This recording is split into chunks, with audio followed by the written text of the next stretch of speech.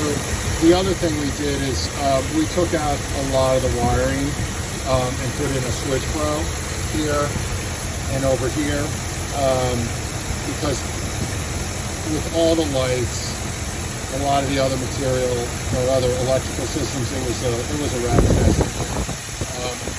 The amount of wiring we took out of this car was insane. Reduced the weight a lot. We've got a new alternator in it. The car runs awesome. I mean, to say it's been babied and well maintained is a little bit of a understatement. I love the truck. It's just time to move on. It does have it's got a Warren winch in it. I took the cable out and replaced it with synthetic rope. It has a hardwired control plus.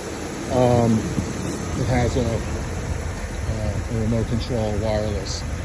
Here we've got a hardwired battery charger, and over here is a block heater, which if you're in a cold environment really helps out. You can start the car in the morning and it pretty much heat right away.